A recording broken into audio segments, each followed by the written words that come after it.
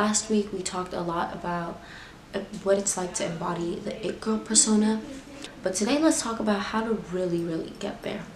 All over social media you scroll and scroll and scroll, and all you can see is the glamorization of everybody else's life. Now, the problem with this overconsumption of media is that most people really don't ever stimulate their own mind.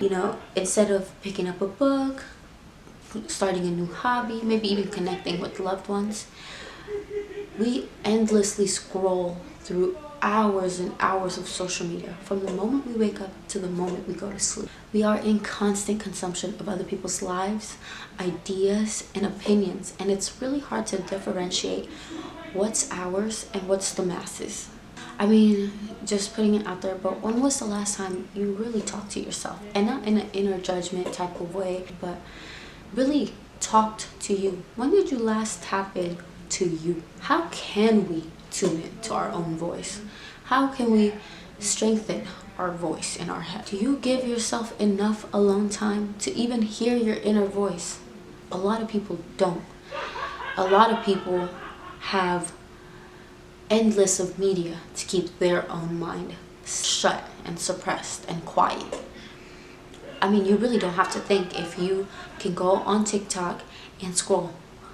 You are just being fed thoughts and ideas and beliefs. This requires a lot of reflection about who you truly are. So give yourself grace during this reflection period, because it's not going to be easy when you first face the truth about yourself, especially after running and avoiding for so long. Start asking yourself questions and write down these answers, even on your notes app or a physical journal or even a voice memo, just like this. But hear yourself, listen to yourself. I'd like everyone to ask themselves these questions. Are you living a fulfilled life?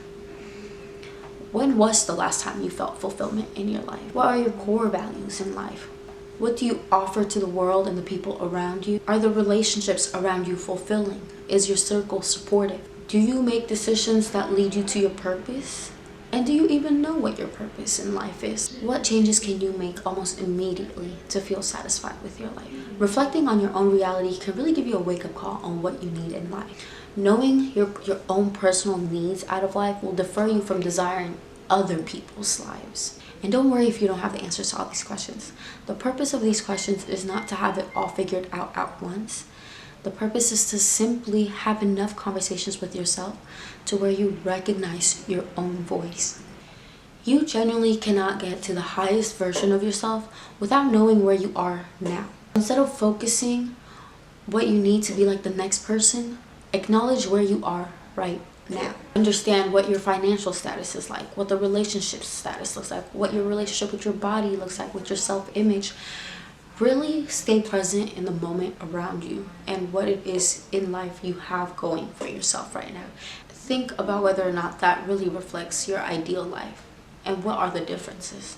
Self-reflection is really important because it allows you to know yourself and it allows you to understand yourself. Knowing yourself means you have core values, you have morals and ethics you stand on, you have opinions on important matters. I really emphasize the importance of knowing yourself, because when you know yourself, you trust yourself. Trust works the same in all relationships. You trust someone because you know who they are at core. You trust them to make the right decisions and consider you behind your back. So when you trust yourself to make decisions that cater to your higher self. You trust yourself to know what's meant for you and what isn't. You trust your self-expression. Trusting yourself is a direct path to confidence. When you trust yourself, you know who you are, so other people can't tell you who you aren't. They can't. They can't tell you what you're not and what you are, because you know who you are. You know what you stand for, and you stand firm on it. When you can hear your own inner voice, you can discern what's not meant for you, and you can discern what is meant for you. This trust in yourself will really be the key in building the best life for you. Your confidence will be unwavering, leading you to more moments of contentment. Your desires will reflect your purpose. Most of all, your identity won't be tethered to fleeting trends of society. So I really challenge everyone to get their inner dialogues going. Reflect on your life and start asking yourself these hard questions. Spend some time alone with no distractions and really tap into you. Turn up the volume to your inner voice so that it's the only guiding voice you have as you maneuver through your best life. So just remember, besties, you cannot be confident without knowing who you are. So let's get those inner dialogues going. Let's get our inner voices loud and strong. I think asking yourself these questions is important, and reflecting is so vital into being able to take accountability of your life now and addressing your weak points so that you can adjust to grow.